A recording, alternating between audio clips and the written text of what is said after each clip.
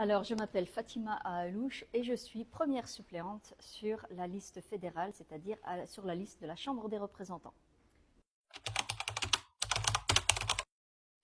Alors, j'ai choisi la fête de la musique, 21 juin, et en même temps, c'est un beau symbole parce que c'est le premier jour de l'été, et donc c'est un symbole de renouveau, de fête, et puis c'est le jour de mon anniversaire de mariage.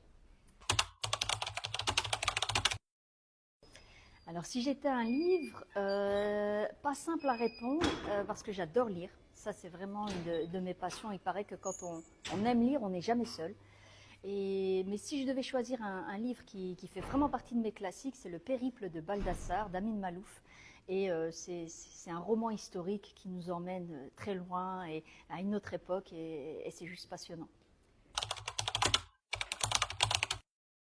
Alors, les anecdotes, il faut savoir qu'il y a pas mal d'anecdotes dont on ne peut pas parler publiquement. Donc, il y a énormément de off et de choses qui se passent en coulisses.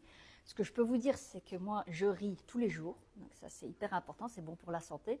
Mais il y a beaucoup de choses que je ne peux pas vous raconter. Alors, une anecdote marrante, c'est une récente où je suis allée à Étainpuy dans le cadre d'Octobre Rose. Et donc, j'étais simplement allée soutenir l'initiative. Et arrivée sur place, Daniel Sénéchal me dit bah, tu viens devant pour les discours, tu te mets à côté de moi, très bien, je vais à côté de lui. Et je me rends compte que les gens autour de moi ne sont pas tous des officiels, et monsieur, madame, tout le monde, ok. Et en fait, dès la fin du discours, ça se transforme en chorale avec une chorégraphie, et donc je me retrouve là à chanter La vie en rose, mais je n'ai pas compris ce que je faisais là. Ça a été un tout grand moment de solitude, pour être honnête. J'ai eu l'occasion de travailler des thématiques qui me plaisaient à la fédération, notamment enseignement et en Wallonie aussi.